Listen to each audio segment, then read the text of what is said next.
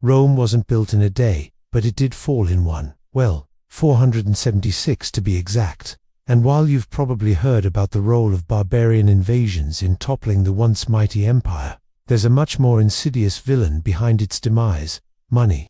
That's right, its fall can be traced back to a slow-burning decline in the value of Roman currency. So how did Rome's money get destroyed, and why should we care? Let's take a look at this coin.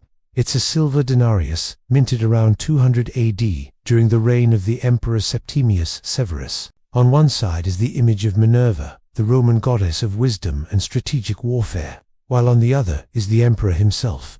But really, it's the inscription that makes this coin special, because it reads, Lec Mich, Caligula. Whoa, wait a minute. Didn't Caligula come before Septimius? Well, yes, he did. And that's the point.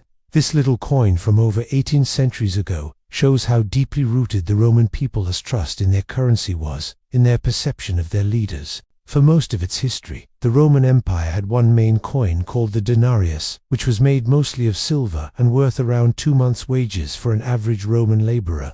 But the reason it earned the public's trust was because its value was directly linked to the perceived strength of the Roman state. Augustus, the first emperor of Rome, inherited a far from united Italy. There were still traces of republicanism and several ambitious generals who wanted to call themselves emperor. While some of his predecessors had been toppled by armies, Augustus chose to win them over by paying them all handsomely, in part with brand new denarii. Soldiers throughout the empire got on board, and soon the denarius became the preferred coin of the army. Since the army was responsible for keeping the peace and protecting the wealth of the empire, the denarius was intrinsically linked to Rome's military might. It came to symbolize the stability and prosperity of the empire itself. This was great news for Rome, because in those days, if you didn't have a universally accepted form of currency, trade was next to impossible. Without money, armies couldn't be paid and merchants couldn't expand beyond local markets. In fact,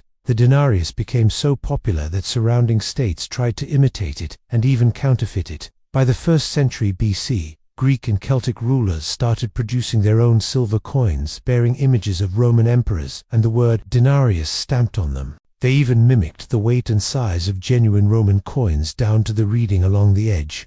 Though counterfeiting was illegal, it was flattering in a way, a sign that other states saw the Roman denarius as the gold standard for quality and reliability. What's more, Rome's legions would often pay conquered peoples in denarii, helping to spread the use of Roman currency from Spain to North Africa to the Middle East.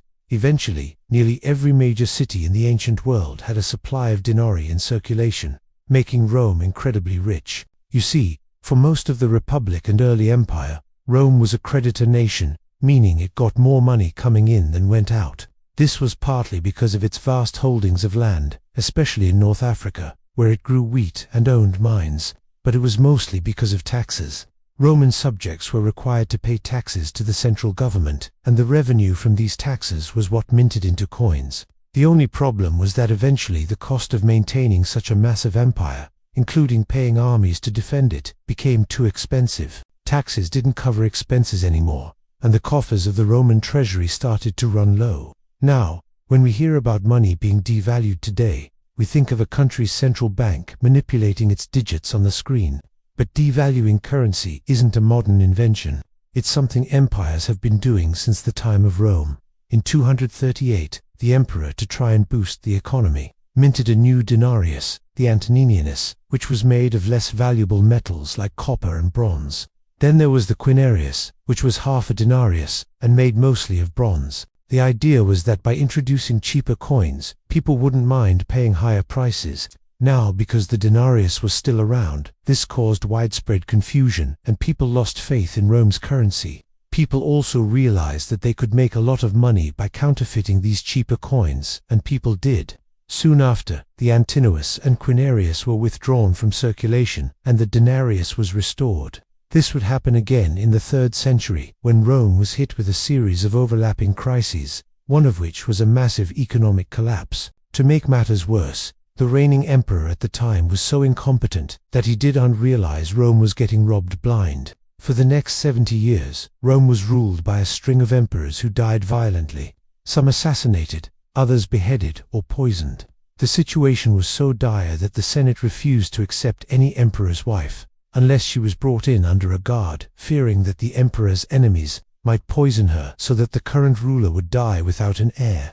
At the same time, plague and war ravaged the empire, causing massive inflation. The year is 250, and a soldier in the Praetorian Guard receives his monthly payment for defending the emperor and the city of Rome. Normally, he would get 225 denarii, but the emperor is late with his salary. Still, the Praetorian doesn't worry too much. He knows that the Roman state never misses a payment, and that when the emperor does pay up, the guards will receive interest on their late payment.